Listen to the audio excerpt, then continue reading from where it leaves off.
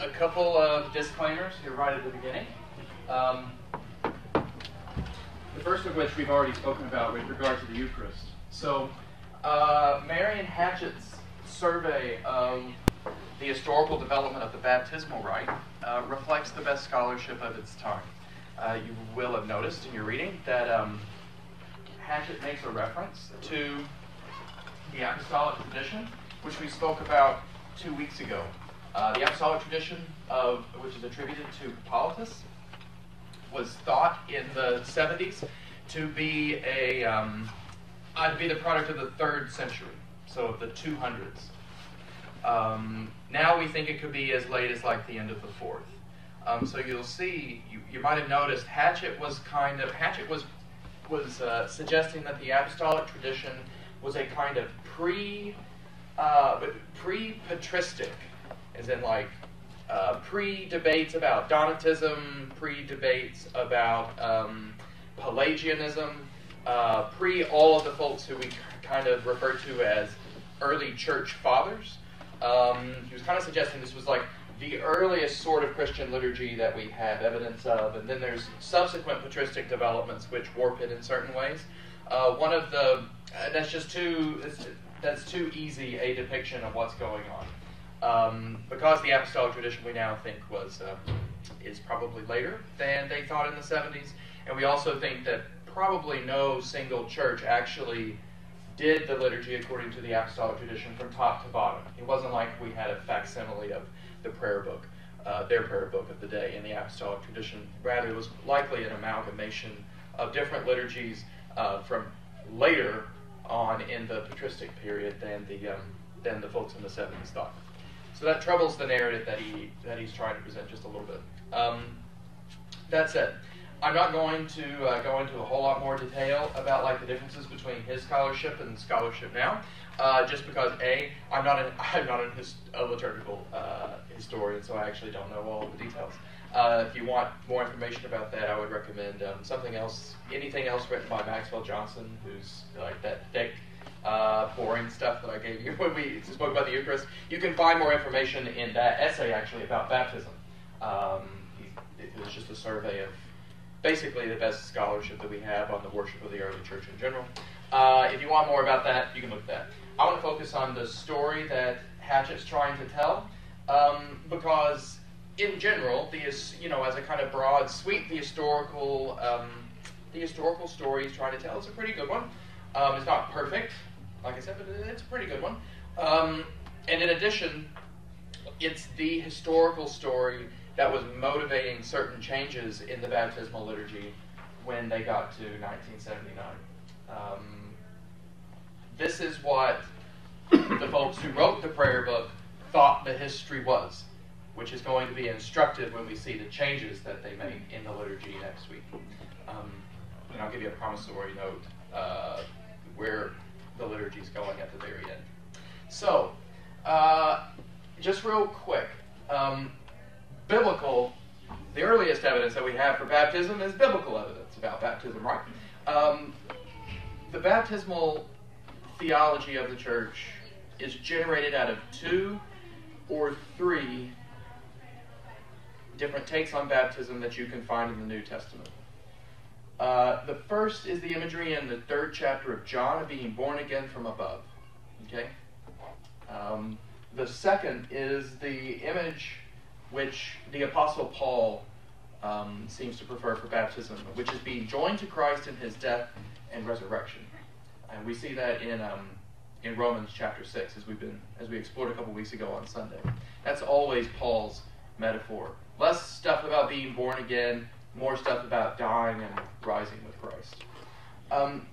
There's another passage in Acts chapter 22, which suggests that there's some sort of washing or purifying going on in baptism, which would make sense of the water imagery, right? If John interprets baptism as a womb, John interprets the baptismal water. Okay, this is one way you can map these. What do they think the water is? John thinks the water is a womb, Romans thinks the water is a tomb, and Acts thinks the water is a bath. Okay? A womb, a tomb, and a bath.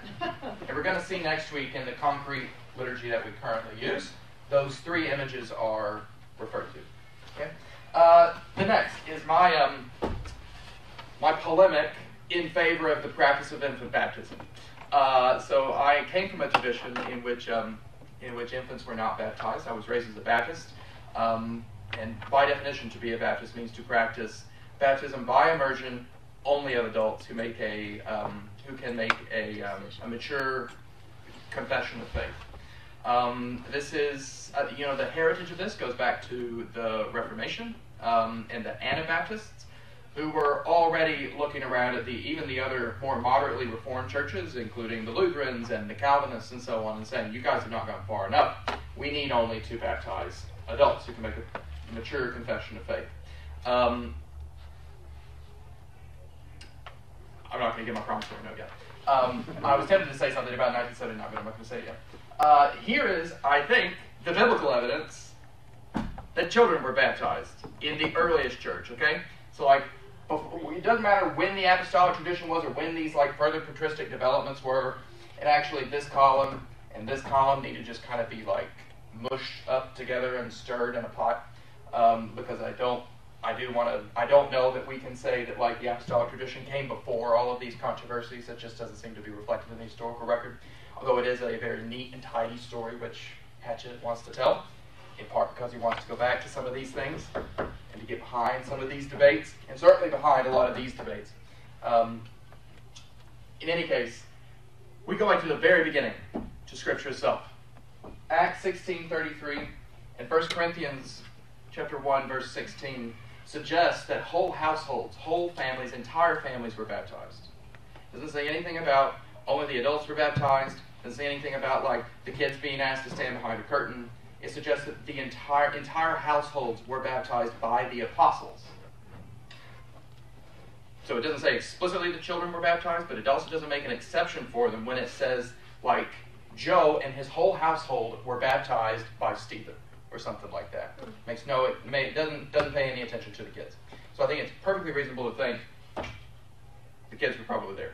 The next bit of data is actually the even more persuasive one, which is Matthew chapter 19, verse 14, where Jesus says, "Do not keep the little children from coming to me." I think it's just, in general, a very good thing to obey the words of our Lord. He tells us, don't keep the little children from me, so let's not keep the little children from it.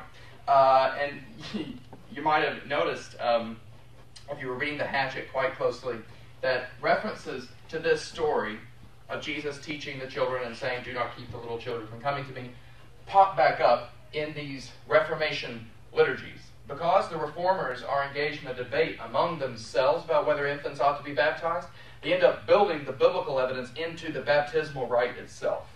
So if you look at Cranmer's liturgy, he references the story, "Do not let the little children come to me." Both for the instruction of the parents and so on, and the baptizans and blah, blah, blah. Not only for the people who are with him in England, but also as a kind of, he's spitting at some of these more radical reformers on the continent and saying, "I'm right and you're wrong." This is really fun because it just shows us that the church has always been full of politics and fighting and nastiness and so on. I heard Rowan Williams, the former Archbishop of Canterbury, speak on Monday at the General Seminary in New York, and Rowan Williams said the reason why you ought to study church history is because it ought to show you are not the first ones to struggle with anything. That includes just debates and so on, whether benign or more vitriolic. Anyway, these are shots over the bow from Cranmer and his friends against the Anabaptists when they reference Matthew chapter 19. So, there's the biblical evidence. I don't want to say anything more about that because we've got to keep moving here to the apostolic tradition. In the apostolic tradition, if we were to read it as a comprehensive program for formation, and I've already said it's likely that it's an amalgamation of different local practices in one single document, a document which was not used wholesale and entire by any of those local communities, but whatever. If you look at the program, you start out with 3 years as a catechumen. Okay? And when you're a catechumen, you can attend worship up to communion, and then you are sent away. Because there's a 3-year initiation process before you're even baptized. So you show up to church, and you're like, I kind of like this thing. This is interesting. I'd like to become a Christian. And they sign you up for 3 years of being a catechete. Okay? Then you have a certain number of weeks of being a candidate. Hatchett explains that when you're a catechumen, you're basically learning the Old Testament. You're learning a Christian reading thereof. In these weeks of candidacy, I don't know how many, we don't know exactly how many, 5, 7, I don't know, certainly less than 3 years. This is just weeks. For these weeks of your candidacy, you're learning about the gospel. You're learning the New Testament. The ordinary, well actually not just the ordinary, the time when baptisms took place was at the vigil. At the great Easter vigil, the first Eucharist of the Easter season. So Saturday night, not Sunday morning. You're baptized at the vigil after 3 years and some weeks of this. He also goes into some detail about what the pre-vigil kind of preparation for that was. It was accompanied by prayer, fasting. They bathed for the last time on Thursday.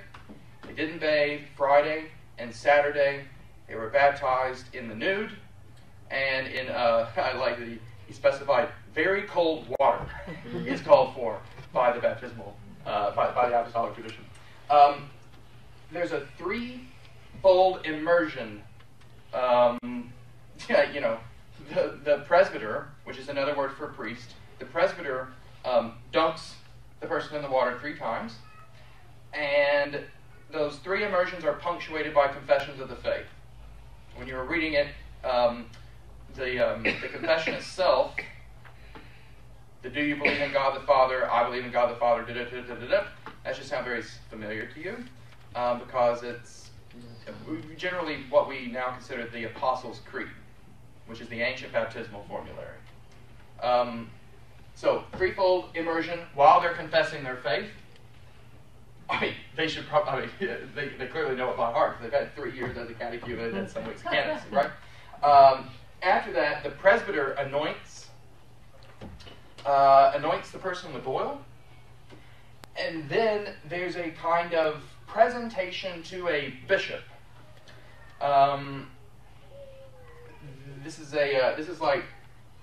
These are 2 forms of post-baptismal anointing. This is going to become important when we try to think about what confirmation is. The first is just being anointed by the presbyter, and the second is being anointed by the bishop. Hatchett likens being presented to the bishop as kind of like a midwife, that is the priest, presenting the child to the paterfamilias, the man of the house, in other words, for recognition of the child as a member of the family. They kind of analog to ancient Greco-Roman households. Something similar seems to be happening right here. They're initially anointed by the presbyter, and then the bishop kind of re-anoints them. The bishop re-anoints them, anoints them a second time. And that second anointing seems to it's like a sign that the bishop recognizes everything that's gone on before. It's like you're being received into the household, as it were, the family of God by the bishop, who is serving as the paterfamilias of the Christian household. As Hatchett tells the story, there are further patristic developments under the pressure of early church controversies. Say again, I don't know that depiction of the relationship between the apostolic tradition and the rest of the patristic period is an accurate one. I don't think it is. But in any case, Hatchett and his confreres think that there's pressure put on this early liturgy by 2 controversies in particular.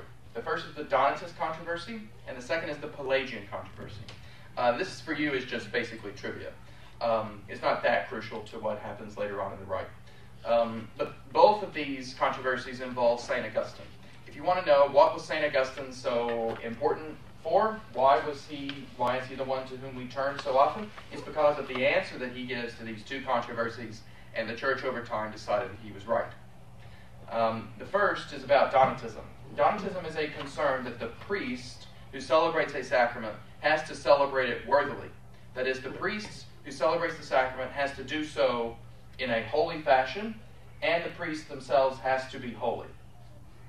So there was a concern that sinful priests wouldn't be able to actually celebrate the sacraments. And Augustine's answer is, it doesn't matter if the priest is holy, because it's not about the priest, it's about God, okay? Which is why you needn't be concerned that Peter, Elizabeth, or I are like thinking about, I don't know, what we're going to have for lunch, or or anything else. You needn't worry about what we're thinking, because in the language of later medieval takes these questions, the sacraments are worked by the works themselves. By the work worked. Okay? God is responsible for what happens in the sacrament, not the priest. So the priest just stands up there and reads the words. The words themselves work the work, as it were, by the grace of God. So you don't have to worry about whether or not your priest is a good person. Your sacraments are safe. But in the early church, there was a lot of concern about this, particularly around loyalty to the emperor. Okay? So during these sporadic persecutions of the church, I don't say sporadic because they were somehow gentle. I'm not trying to downplay the persecution that the early church faced from the empire, only to say that it depended on the particular emperor just how severely and also whether Christians were persecuted at all. Some emperors were much more amenable to Christianity than to others. But during these sporadic persecutions, if a priest kind of went along with the imperial program, could they be trusted to be a priest afterward? That's one example. And then you just have other concerns about, well, if your priest is a bad person and is not paying any attention to what they're saying, then does the sacrament work? And the answer is always yes, it does. Yes, yes, yes, yes, yes, because the sacraments are God's gift to God's people. They're not incumbent on the church itself being good or holy. So that was one thing that Augustine was fighting about. The other is Pelagianism, which is where those debates. That's where we get our teaching about original sin. Pelagius thought that we could do good things without God's grace. Augustine thought that we could not do good things without God's grace. Anytime we did something good, it was because God had given us grace to do it.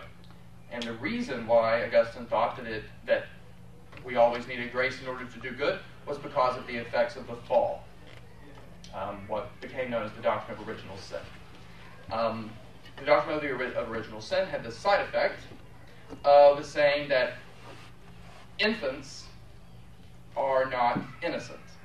Augustine says, you might think that a child is innocent because they've not actually done any wrong, but he's saying that they have inherited the stain and the effects of the original fall of our first parents. So they are fallen from the moment they come into the world. This necessitated baptism, okay? Infant baptisms. So there's an increasing brouhaha over getting your child baptized on time. Getting your child baptized before they were going to die. Now, the extent to which this is actually a concern that's generating some of these patristic debates, I don't know. Hatchett really wants to say that it is. Like I said, I don't know. But part of this is because I tend to think that infant baptism happens a whole lot earlier, namely in the New Testament, than Hatchett seems to think. Okay, Hatchett's telling the story that infants don't really start to get baptized until after Augustine creates this stir about original sin. I think that ignores quite a lot of biblical data. But anyway, that's an intramural fight between me and our predecessors in the faith of the Episcopal Church. That's another story. Back to Hatchett. Hatchett thinks that people get worried about whether or not their kids are going to go to hell before they get baptized because of the side effects of the Pelagian debates. And so they start to get them baptized earlier and earlier and earlier. So infant baptism becomes a thing, becomes more common. In addition, there's this gradual contraction of all of the requirements actually to get baptized. The 3-year catechumenate turns into just the season of Lent. I mean, I'm saying just the season of Lent. If we were to try to do this today, actually, the 1979 prayer book says we're supposed to do it today, but that's another story. If we were to try and do this today, people would go, "What do you mean? I got to go to a class a week for every Sunday during Lent." Anyway, so contraction is relative. We would now think, "Oh my goodness, what a lot of formation!" But compared to 3 years, the season of Lent is less than 3 years, right? Okay, and then you are made a candidate, basically on the Sunday preceding Easter. So for what's known as an octave, or 8 days. Just a little bit over a week. So, during the period of the early church fathers, the presbyter or the priest continued to do an anointing, okay, with oil and the giving of the Holy Spirit and so on. And in the churches associated with Rome and North Africa, okay, and North Africa being where St. Augustine is from. Okay, this is one of the reasons why Augustine is often claimed as a Western early church father, as opposed to some of the other names I've sometimes used during class, like Gregory of Nazianzus or Gregory of Nyssa or Basil of Caesarea. We spoke just last time about how the fourth prayer D is based on Basil of Caesarea's early liturgy, or at least the liturgy attributed to him. That set of figures are associated with the East. It's not that the West doesn't read the East. It's just that the West the West begins to take a kind of different liturgical turn, and this is reflected in a lot of things. It's reflected, for the purposes of our conversation, in the way that they keep this presentation to a bishop for anointing after they've been anointed the first time by a priest. In the medieval period, by the time you get to the medieval period, the anointings look different. The presbyter anoints the crown of the head, and the bishop anoints the forehead. Yes? Just in terms of timing, if all of these people, the only time you can be baptized is during this period, and only the bishop can do it, yeah. How does he make it around everywhere in a day? Yeah. Absolutely. It's like Santa Claus. Absolutely. Okay. So, for one thing, the Hatchett's trying to tell a story where baptisms initially are restricted basically to the vigil, and then over time, particularly under the pressure of parents who are scared that their kids are going to go to hell, you start having to have more baptisms. Now, I don't know that that's exactly the right way to tell a story, but that's what he wants to say. I think that the answer that I would give to your question is that in the early church, dioceses were much smaller than they currently are. So now we think, you got a bishop for a whole city, or for a whole state. They would have had a bishop for every city. It's like Peter would have been the bishop of New Canaan. They just had a whole lot more bishops than we do. You can think about this, but the figures from the early church that we do know. Gregory of Nyssa was the bishop of Nyssa. It's a city. We now have jurisdictions that are much larger. So we're like, wow, how could a bishop make it around? That's not to say that wasn't initially a problem. It actually is, and I'm going to get to that in just a second, in the medieval period. Because as these Roman rites begin to move and to spread throughout the Western Church, they move to jurisdictions where bishops are responsible for a much larger geographical area. And that, in turn, begins to separate this post-baptismal presentation to the bishop for a second anointing into a separate service. So the story of confirmation is the gradual separation of this second anointing into its own right. And part of that story, I think, is the spread of what was initially a very local practice into jurisdictions where a bishop would be required for an area with, it's just, they're too far apart, and there are too many churches to, make it around to every single one every time that they have a baptism, which, by the medieval period was quite often, because they were beginning to do baptisms not simply in the context of the Sunday service, but private baptisms, baptisms even in the home, and so on. Does that help? Mm-hmm. Liz, you had a question. You're good? You answered it. Oh, okay, great. In the medieval period, the story Hatchett wants to tell us that the prevalence of infant baptism basically does away with these questions about the catechumenate and candidacy and so on, at least for the most part. The catechumenate and candidacy are really designed for adult converts. right? It's a program for the formation of adult believers, and because now the overwhelming practice is to baptize children, that's just not as much of a concern. You also have the proliferation of times of baptism, so it's no longer just limited to the vigil. The baptism is happening all the time. Often they're happening privately with just families and so on. So baptism is taken out of the context of the Sunday liturgy, out of the context even of out of the context of the regular principal Sunday Eucharist. But also keep in mind that, the medievals were not receiving the Eucharist every single time they went to church anyway, even for Eucharist.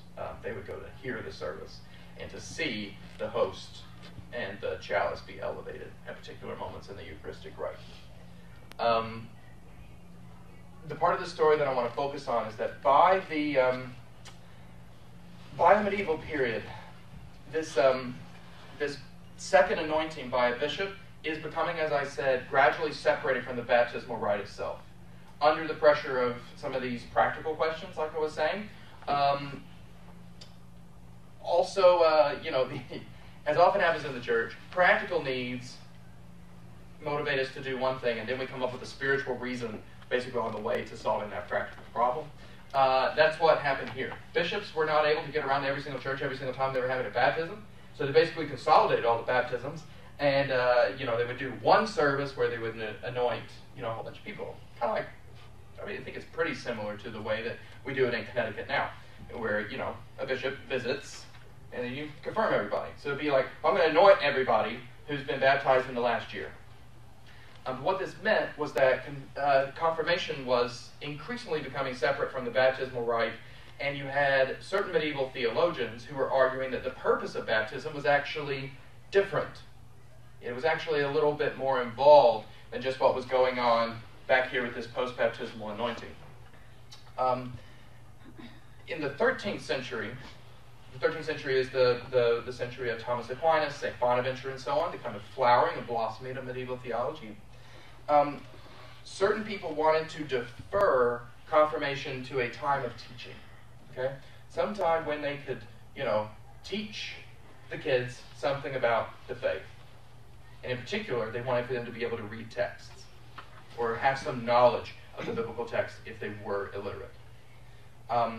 So the catechumenate begins to move, right, this time of formation begins to move to after baptism, before something like confirmation. And, I said confirmation with quotation marks. This is what we now think of as confirmation. It emerged from here, within the baptismal liturgy, and now it's kind of its own thing. In addition, the thought was that the grace given to somebody in confirmation was strengthening them to face the challenges of adolescence and beyond. And there's a quotation that just demonstrates this on page 258 of the Hatchet, if you're curious. We don't have to read it right now. In addition, because there's so many confirmations, and there are increasingly fewer bishops per church, per congregation, that now a bishop could send a deputy to confirm people. So the confirmation anointing is no longer limited to just a bishop. Now, confirmation is, a bishop could send a presbyter who works in their office, to use an very anachronistic kind of phrase. So, in the Reformation period, there's a lot going on. The Reformation period is a period of rapid expansion, experimentation, and so on, and we don't have time to go through every little jot and tittle of what each and every reformer did. Each reformer had a slightly different version of the liturgy. There are a couple of innovations, though, that I wanted to point out, and they both come from the Lutherans writ large. The first is what's known as the flood prayer. The flood prayer was penned by Luther for his revision of the baptismal liturgy. And the flood prayer does two things. It situates the water of baptism within the history and context of two particular Old Testament stories. Arguably, the apostolic tradition does this too, but the apostolic tradition situates it in like the story of everything God has ever done with water. The flood prayer of Luther restores that kind of emphasis on everything God has done with water, but it focuses on two particular stories, namely the story of the Exodus, when they're crossing the Red Sea, okay, and the story of the flood. Hence why we colloquially call it the flood prayer. The flood prayer makes it into Cranmer's liturgy over time. And different versions of it have been used in the history of the English prayer books. And I'm today only going to take you up to 1549. We're going to do the opposite of what we did with the Eucharist, where I took you through all the English books but didn't do any early church stuff. Today we're just doing the early church stuff, and I'm going to stop and not give you any of the English stuff. Because that's one thing, the flood prayer, which, I think the flood prayer was removed in 1928 in the U.S., so it would not have been used at your baptisms if you were baptized under 1928. There's a version of it that gets restored in 1979. In particular, what gets restored in 1979 is this idea of Luther's, that when Jesus is baptized, Jesus' baptism sort of consecrates the waters of baptism for everybody. So you wonder, how are the waters of baptism given the power to like cleanse you of sin and so on? It's because Jesus himself, when he was literally baptized, infused the water with this saving, redeeming power.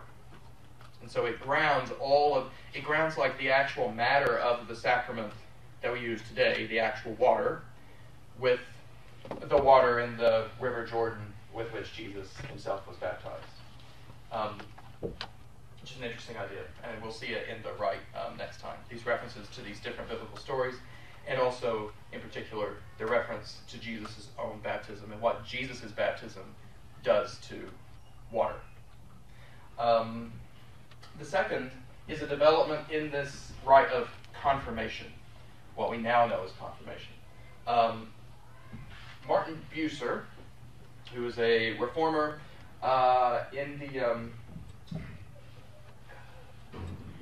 in the Hatchet keeps referring to something called a consultation to Herman. It was basically a whole bunch of Reformed thinkers got together and tried to give some like liturgical recommendations to this dude named Herman. Okay, that's what you need to know about it. But it's a source for our knowledge of like these 16th century Reformation debates. Bucer does a couple of things. He doesn't call this confirmation, but it basically serves the equivalent. It begins to serve the equivalent of this kind of, let's defer the catechumenate, let's defer formation in the faith to, a time when, when people can receive it, and then let's do something afterward. Let's confirm them.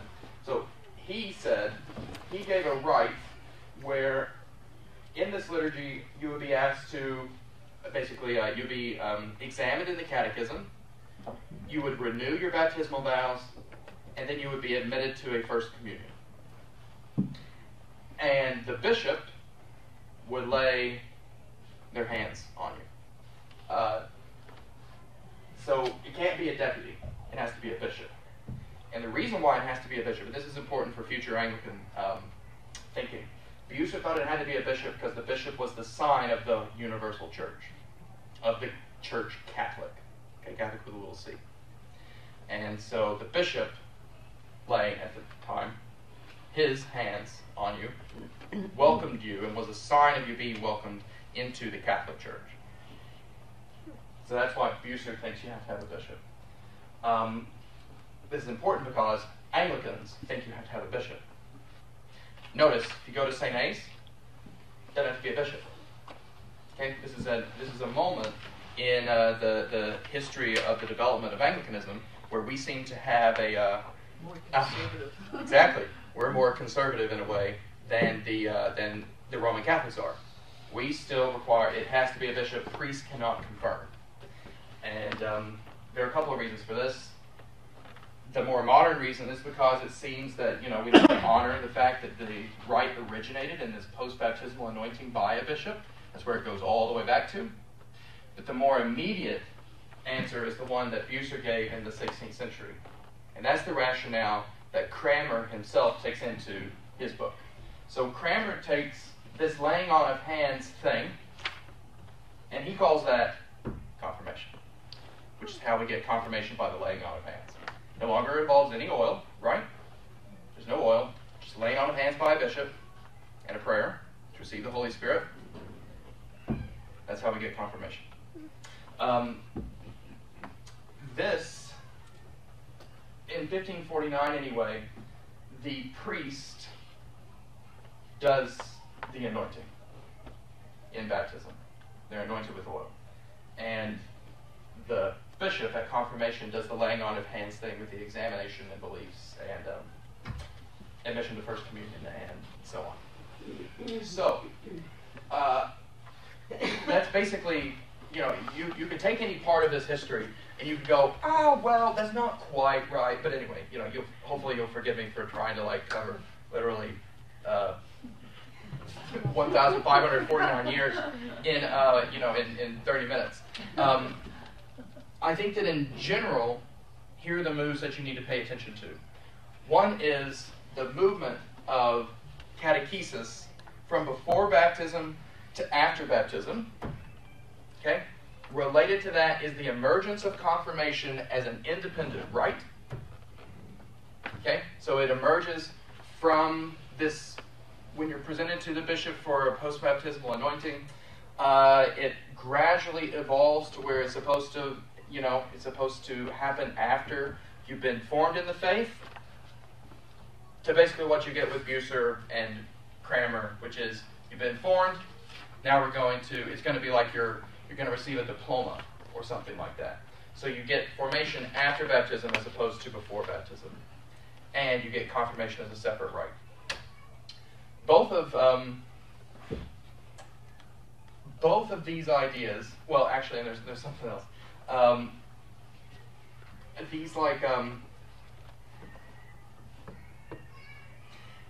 At least with regard to Hatchett, like I said, I don't buy this as much as Hatchett does, but the folks in 79, a lot of them bought it. Coinciding with this is a movement from baptism as coinciding with a mature profession of faith, which is why it happens after you've been formed in that mature confession of faith, to one which, for a variety of reasons, including the prevalence of infant baptism, you're expected to be formed after baptism. In addition to this, there are debates that go on between how much emphasis is to be put on the fact you are literally baptized, and how much emphasis is to be put on the fact that your baptism is like an expression of a faith which you already hold.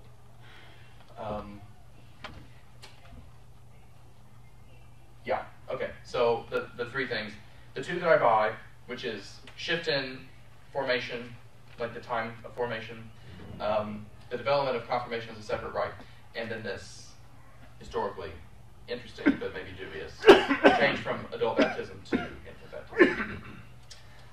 Why is this important for 1979? We're going to see next week that the 1979 prayer book rite, it is not overstating it to say the 1979 rite is designed for use by adults. It's designed for use by adults. Now, have actual Episcopal churches adjusted to this? No. By far, the prevalent practice in the Episcopal Church is to baptize children as infants. But the 79 writers wrote a rite not for children, but for adults, and then squeezed kids back into it. In addition, they incorporated within baptism itself all of the elements that had been called confirmation. Okay, this is one of the ways that we get this extensive baptismal covenant. Elements of which you can see in this history, in these confessions, that notice Hatchett, as a kind of apologist for the 1979 prayer book, is really making a big deal of. The fact that before they get immersed the first time, they were asked, do you believe this? Boom. Then they're like, do you believe this? And they confess again. Boom. Do you believe this? And then they confess again. And boom. Okay? This is one of he's trying to defend this incredibly robust baptismal covenant. The idea that in baptism you are consciously signing up to a way of life. this is controversial from let's not even talk about like this medieval infant baptism, whatever that was. I'm just going to tell you the story, the reaction from Lutherans, okay, from other Reformation people. Luther's argument for infant baptism is that infants being baptized is actually an exemplary and exceptionally good sign of the way that grace works. Because an infant has not, because they cannot, possibly do anything to earn the grace of their baptism. They're just too young to have had the opportunity to earn anything. And so Luther thought that it was like a wonderful sign of the way that God's grace works with each of us. That is not earned, but rather just given to us. And out of the grace which God freely gives to us, we grow into the full stature of Christ. Now, the 1979 prayer book, because it was trying to do a couple of things. We're going to see next week, they wanted to restore robust catechumenate.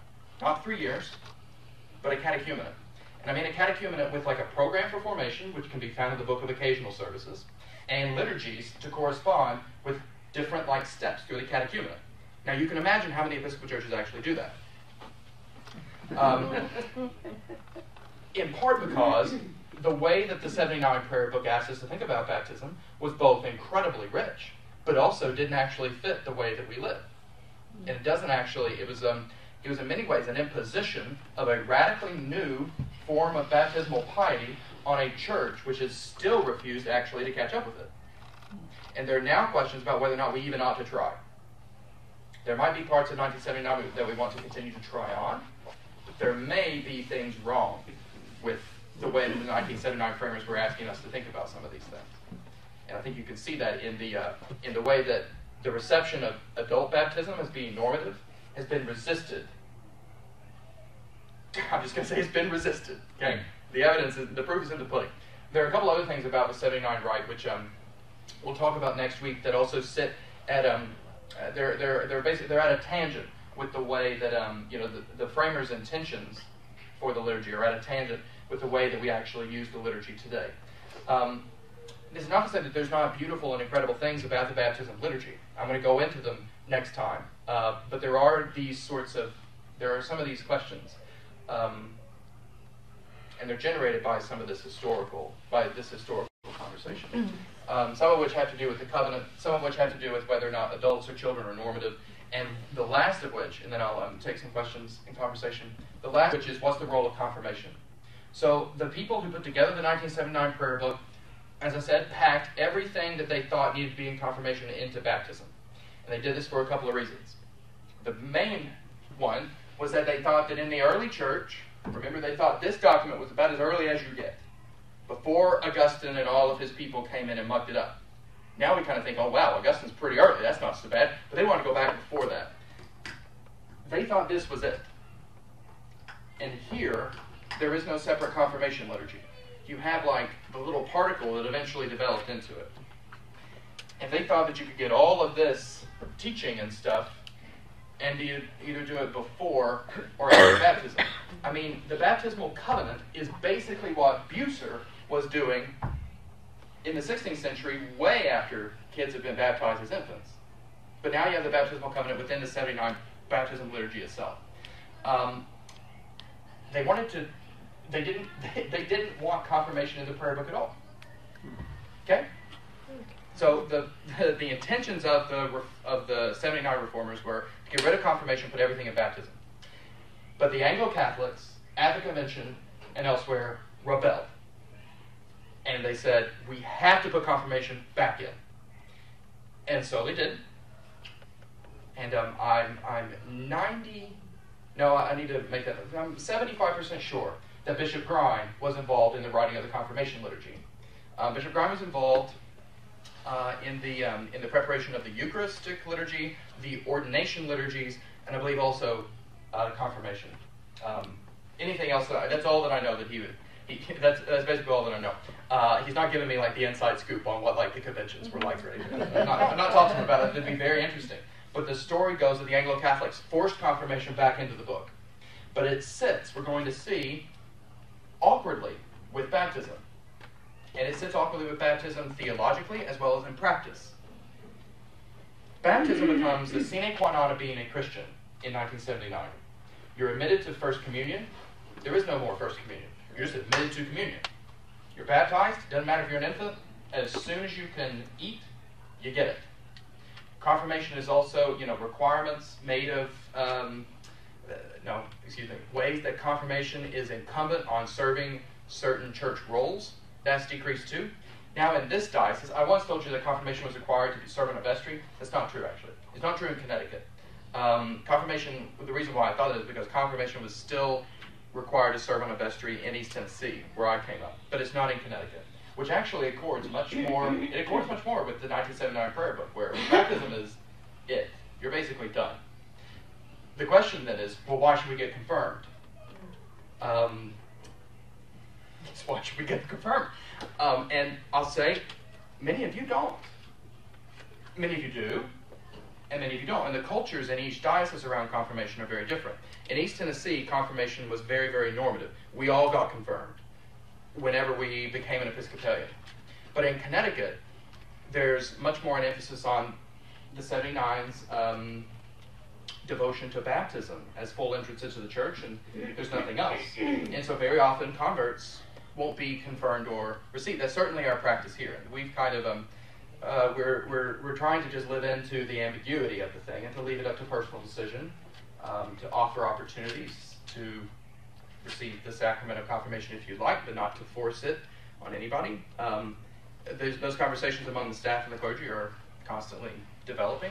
But the reason for the awkwardness, the reason why confirmation is the sacrament which every priest, every liturgical theologian loves to hate, is because, for one thing, what confirmation is exactly and its relationship to baptism is ambiguous from the very beginning. And from the other is that in our prayer book, we have two different theologies at the same time, reflected in two different liturgies. And we're supposed to live into the messiness of that. Anyway, okay, that's enough for today. But I hope that gets you excited to go and, to look at the baptismal liturgy with fresh eyes next week. We do it all the time in church, but we don't recognize how radical it really is. In fact, it might be too radical for many of us. In fact, it might be too radical even for me. Okay? I might want to dissent from some parts of it, but anyway, it'll be exciting to look at it. Liz? I have a question about communion back in the early church days. Yes. The Eastern Orthodox Church has always practiced infant baptism, Right. and they spoon-feed Eucharist to the infant. But that isn't true in the Western Church. Right. And, of course, in the Western Church, we had the business of adult baptism because of catechumenate. Sure. However, as time passed and children began being baptized earlier and earlier to infant baptism, why was communion dropped for infant baptism? Yeah. So the two notes there. This post-baptismal anointing by a bishop drops out of the Eastern Rite very quickly. Okay? So it's required for the churches that are in communion with Rome in North Africa, the Western churches, but the Eastern churches don't make that big of a deal of it. So confirmation is primarily, maybe even exclusively, a Western problem. The East doesn't really care, in part because they stopped with this post-baptismal anointing business by a bishop very early on. So that's one answer. They just don't have the same sort of, the set of questions that confirmation presents. The second is kind of twofold. One is I think that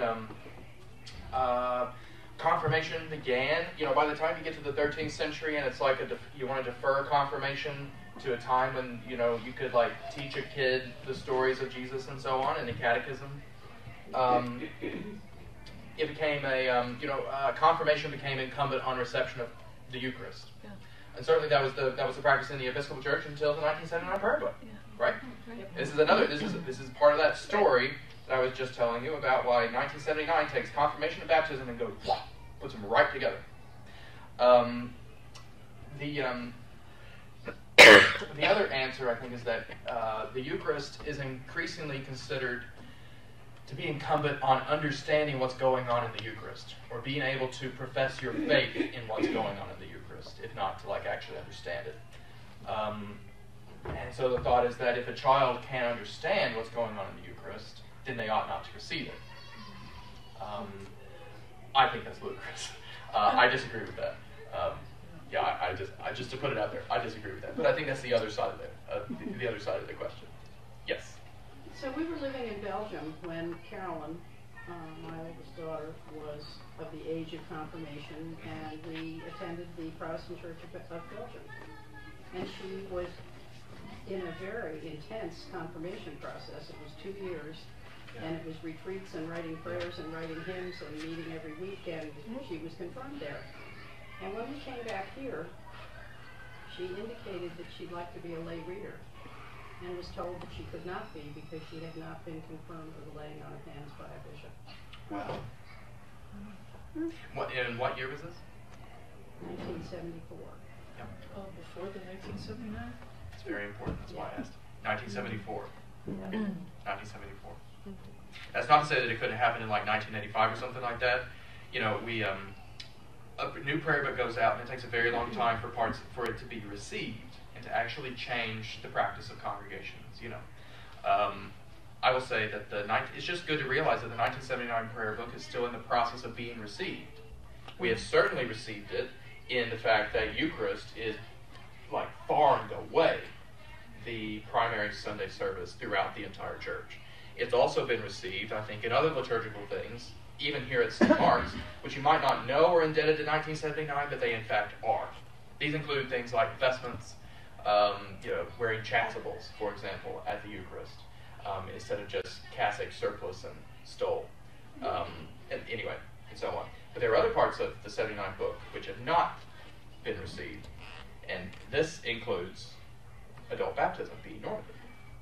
And So that's a good question for us all to ask next week, about to read the rite and think about it as written for adults, and then to think, is this what we're actually practicing? And maybe your answer will be, no, it's not, and we ought to. Or your answer might be, no, it's not what we're practicing, and maybe we shouldn't. Maybe they were overzealous in some parts of this. Anyway. So is it written somewhere that if you haven't been confirmed by a bishop, you can't do certain things? So like I said, it's most of those rules have been brought down to the diocesan level now. Oh, okay. In Connecticut, it's only required if you want to be ordained. If you want to become a deacon, a priest, or a bishop, you have to be confirmed.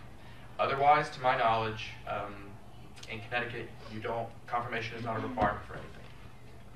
In some dioceses, like I said, it still is for certain things like vestry membership, but by and large, the teaching of the 1979 prayer book, which is that baptism is full membership in the church, that your child, even if the child is like 6 months of age, after they're baptized, they're as baptized as they're ever going to get. They're as Christian as they're ever going to get. There is nothing that needs to be done to supplement or to complete their baptism for them to be a full member of the church. That has been received, certainly in Connecticut. And that means receiving communion as well. And that means receiving communion as well. Okay. Yeah. Now you'll notice many people in our parish still wait. They urge their children still to wait Until after confirmation. until after confirmation, or until just an age of just an older age. It's very interesting. Christ and Holy Trinity in Westport has a functional First Communion program. It's not called First Communion. It's not said that you have to go through the program in order to receive communion. But they have an equivalent to a First Communion program because parents demanded it. The parents they were like, our children need to receive some sort of formation before they receive the Eucharist. We want for them to have that. And so they do that. They do that. Anyway, that's part of like our reception of the complicated reception of what 1979 was trying to do. Yeah. Marianne and then Janet, sorry. Were the Green Book and the Zebra Book trial prayer books? Yes. Or will we have another trial prayer book before we really do change the 1979 prayer book? The answer is yes, those were trial prayer books. And the second answer is I don't know. Because I don't know if we're actually going to move towards getting a new prayer book or not. What was authorized by General Convention was liturgical experimentation. It seemed like it was authorizing the proliferation and the creation of new liturgies, but it did not require that the new liturgies replace the prayer book as the prayer book. So there are basically two options. We could write a new prayer book like we did in 1979, or we could basically do what they did in the Church of England, which is they kept the prayer book of 1662, and then they write new liturgies as part of a new worship series, which is authorized for use, but they haven't technically replaced the prayer book. The question then is, how normative is the prayer book for those subsequent liturgies? And I think I'll say I'm a huge fan and an apologist for the 1979 prayer book. And my personal view, well, I don't know that I need to go into that. I'm just saying I'm a huge fan of the 1979 prayer book.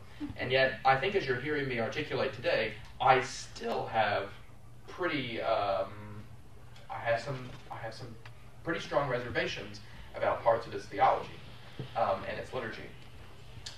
All that to say, nobody knows right now. We don't know. The resolution said that they memorialized. We voted to memorialize the 1979 prayer book. And for some people, that means that it will never change. 1979 is normative for the rest of time.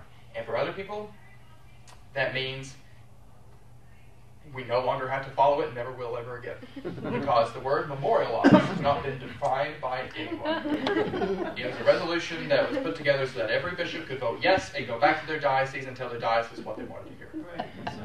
Yeah. But what we are in is a season of experimentation, particularly at the diocesan level. So new liturgies will be written and they can be used in churches, and we might do that at St. Mark's as they come out.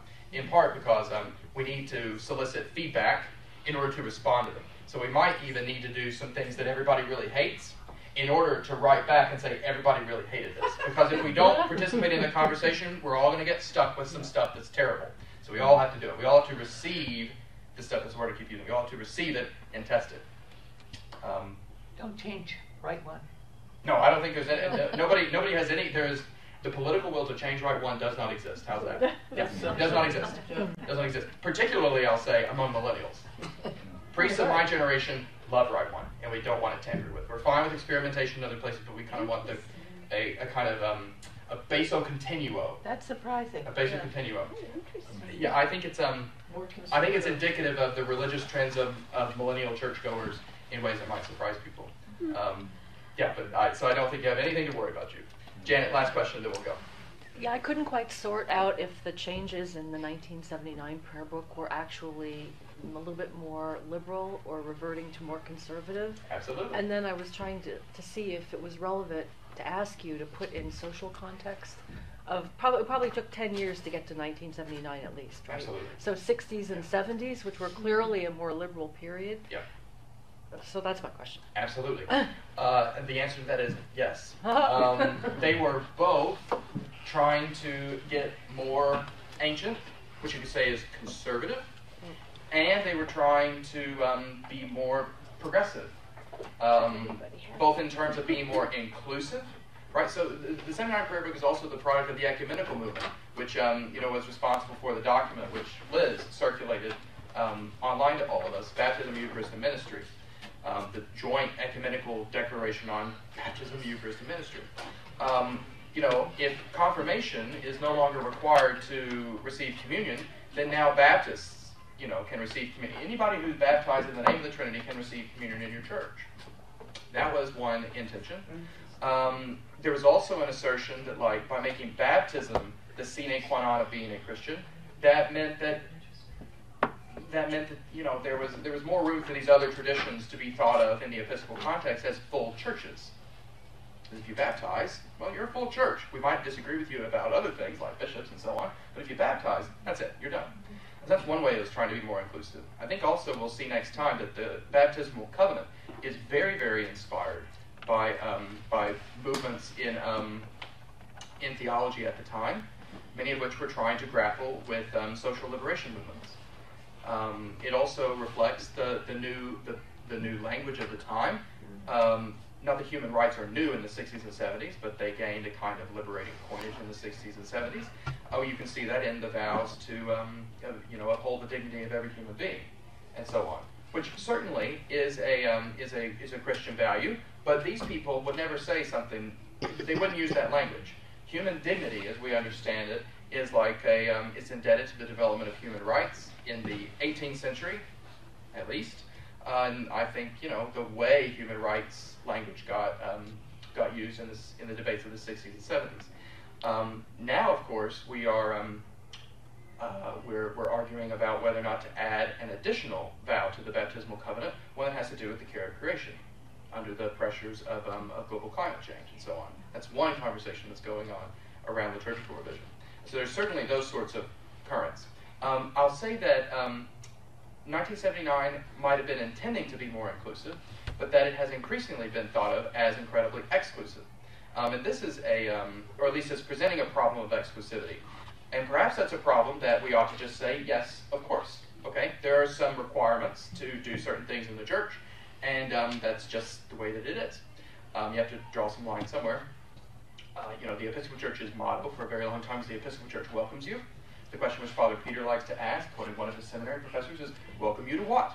And it's, sometimes the Episcopal Church has had a lot of difficulty saying, well, what are we welcoming you to, in the effort simply to be welcoming, period.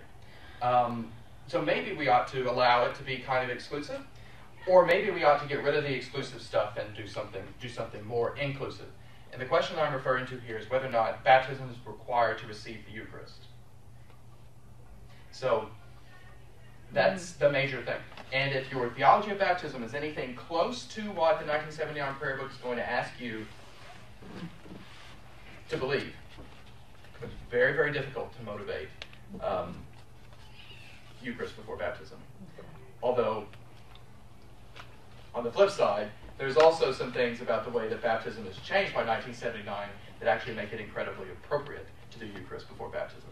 It's there are two kinds. There's like what's on the face of like what the liturgy itself requires and says, and then like what the implications of some of what the liturgy itself says and requires are. And that with that, I'm just going to have to pass the buck to next time. But that is a major conversation going on right now about Eucharist before baptism or baptism before Eucharist. What do you think?